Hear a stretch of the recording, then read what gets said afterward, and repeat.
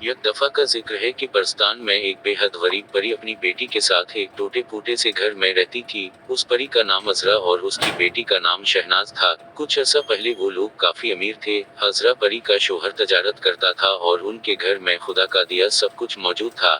मगर फिर एक दफा ऐसा हुआ कि अजरा परी का शोहर बीमार पड़ गया।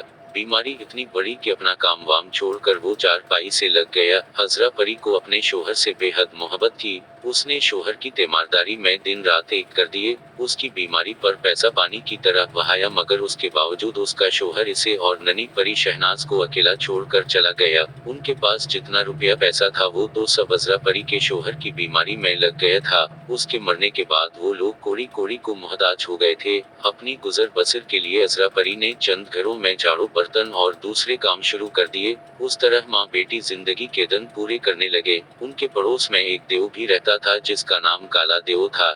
जब अजरा परी का शोहर बीमार था तो अजरा परी ने इलाज के लिए काले देव से कुछ रकम कर्ज ली थी। वो रकम अभी तक अदा नहीं हुई थी। काला देव हर रोज अजरा परी से अपनी रकम की वापसी के लिए असरार करता था, मगर अजरा परी के पास तो एक फूटी कोड़ी भी न थी। वो काले देव को उसकी रकम कहाँ से ला कर देती। काला देव इसका इनकार सुनकर मुंह बना कर चला जाता था। एक रोज वो फिर अजरा परी के घर आया। उस रोज वो बहुत वसे में मालूम देता था। उसने आते के साथ ही पानी के घड़े पर एक लात मारी और धम से जो चारपाई पर बैठा तो चारपाई की पिटी ही टूट गई। अजरा परी सहम कर एक कोने में दुबक गई। उसकी बेटी शहनाज परी ने खौफजदा अंदाज में कहा, अम्मी जान, चारपाई टूट गई, अब रात को हमें जमीन पर सोना पड़ेगा।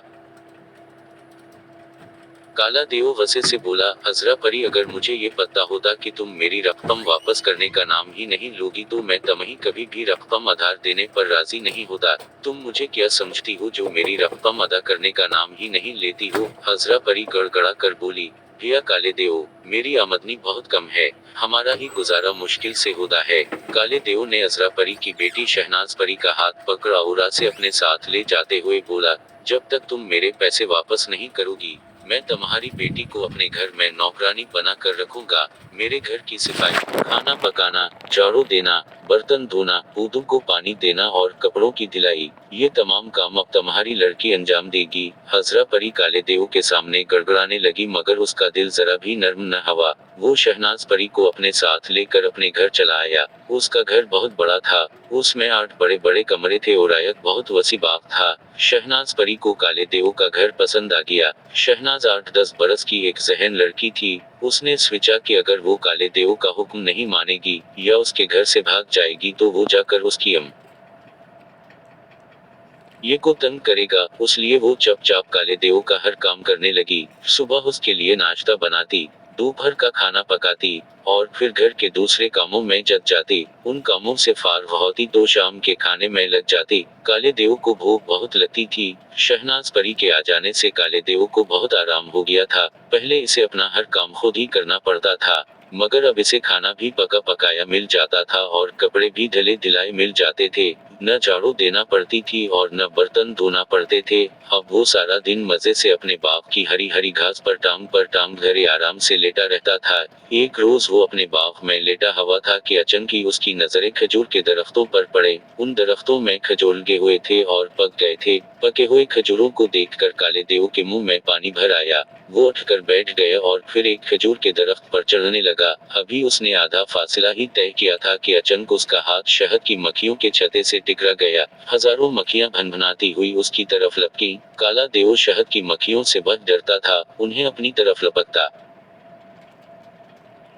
देखकर उसके हाथ पांव फूल गए। उसके मुंह से चीख निकली और इसी घबराहट की वजह से उसके हाथों से दरख्त का तना भी छूट गया और वो धड़ाम से जमीन पर गिरा। उसके गिरने का धमाका बहुत जोर से हवा था। शहनाज परी काले देव की पट्टी हुई कमीज सी रही थी। वो भी ये धमाका सुनकर चौंक पड़ी। वो भाग कर जो खिड़की के करीब आई तो उसने काले देव को जमीन पर गिरा देखा। वो जल्दी से बाग में गई। काला देव दर्द के मारे करा रहा था। उसने अपनी एक टांग की पंडली को दोनों हाथों से पकड़ा हुआ था और अपना बड़ा सा मुंह फाड़ कर धाड़े मार मार कर रो रहा था। शहनाज परी इसे चुप कराने की कोशिश करने लगी। काले देव ने अपनी कमीज की आस्तीन से अपनी नाक पूंछी और भराई हुई आवाज में बोला, इतनी बुलंदी से सर के बिल गिरा हूँ, सर बहुत मजबूत है, इसे जरा सा भी नुकसान नहीं पहुंचा है, मगर हाय मेरी टांग टूट गई है। शहनाज परी अब मैं चलो फरूंगा कैसे?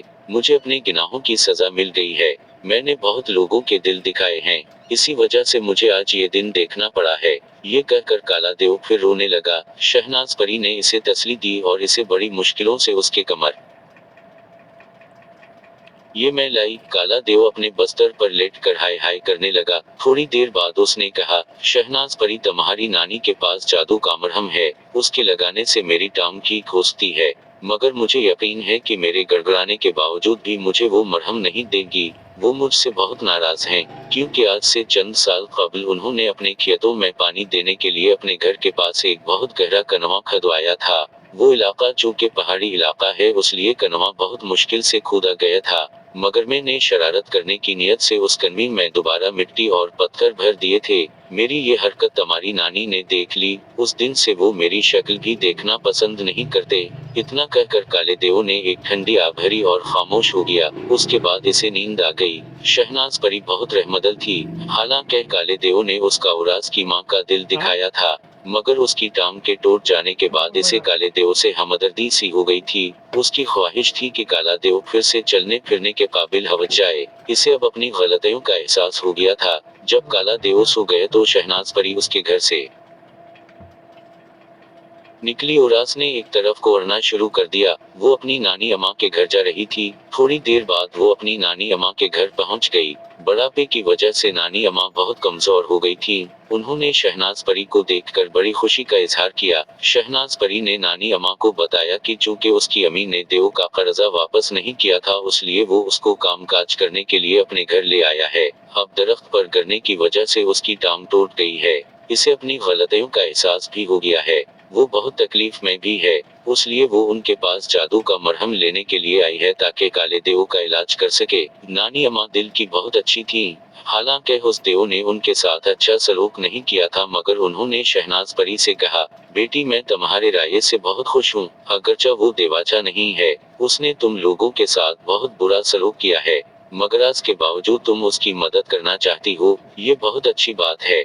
मुझे यकीन है कि तुम्हारा अच्छा सलूक देखकर इसे मजीद अपनी गलतियों का एहसास हो जाएगा। कहकर नानी अम्मा ने झट एक पुरानी सी संदूकची में से जादू का मरहम निकाल कर शहनाज परी को दे दिया और बोली, अगर मेरी तबीयत ठीक होती तो मैं भी हमारे साथ ही चलती। खैर अब तुम जल्दी से इसे लेकर रवाना हो जाओ, उसके लगाते ही देव ठीक हो जाएगा। नानी अम्मा ने शहनाज परी को रख्सत कर दिया। नानी अम्मा से रख्सत होकर वो फिर काले देव के घर पहुंची और इसे जगा कर बोली, मैं जादू का मरहम ले आई हूँ।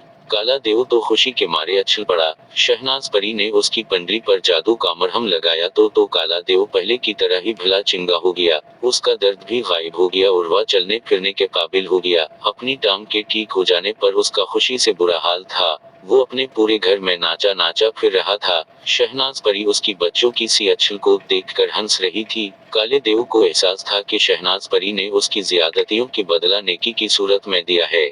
इसे अपने पछले राया पर बेहद शर्मिंदगी होने लगी थी। उसने अजरा परी और शहनाज परी से अपनी तमाम गलतियों की मुआफी मांगी और अजरा परी का कर्ज भी मुआफ कर दिया और इसे अपनी तरफ से एक थैली भर कर अशरफियां भी दे। उसके अलावा उसने अजरा परी को अपनी बहन भी बना लिया था और उन दोनों को अपने ही घर में ले आया। अजरा परी के दिन फिर गए थे। उसने दूसरों के घरों में काम करना भी छोड़ दिया था।